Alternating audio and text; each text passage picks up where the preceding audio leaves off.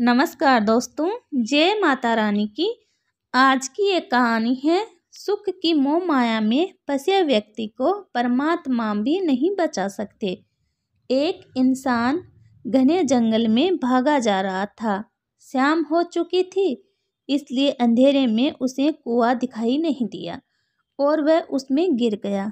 गिरते गिरते कुएं पर झुके पेड़ की एक डाल उसके हाथ में आ गई। जब उसने नीचे देखा तो उसकी आंखें फटी की फटी रह गई, क्योंकि कुएं में 4 अजगर मुंह खोले उसे देख रहे थे और जिस डाल को वह पकड़े हुए था उसे 2 चूहे कुतर रहे थे। इतने में एक हाथी आया और पेड़ को जोर जोर से हिलाने लगा। आदमी घबरा गया और सोचने लगा कि हे भगवान, अब क्या होगा।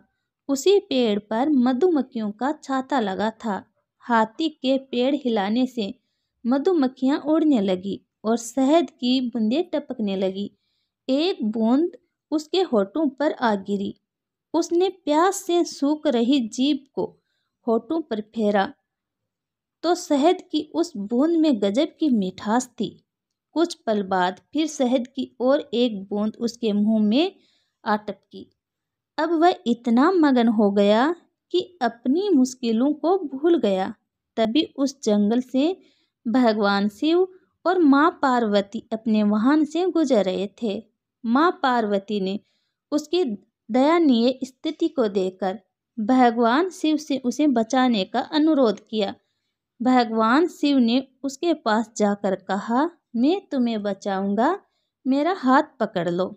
उस इंसान ने कहा कि एक बूंद शहद और चाट लो, फिर चलता हूँ।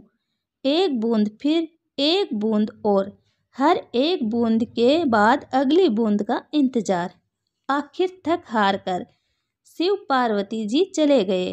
अब आप अंदाजा लगा सकते हैं कि उस इंसान का क्या हाल हुआ होगा। ठीक ऐसा ही हाल हमारा भी है। आइए इस कहानी को अब हम आगे जानते हैं। जिस जंगल में आदमी जा रहा था वह दुनिया और अंधेरा अज्ञान है।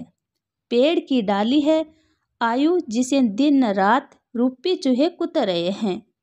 घमंड का मदमस्त हाथी पेड़ को उखाड़ने में लगा है। शहद की बूंदें सांसारिक सुख, जिनके कारण मनुष्य खतरे को भी अनदेखा कर देता है और उन खतरों से निकालने वाले रास्तों की ओर से भी मुंह फेर लेता है। अतः सुख की मोह माया में फंसे व्यक्ति को परमात्मा भी नहीं बचा सकते हैं। धन्यवाद दोस्तों।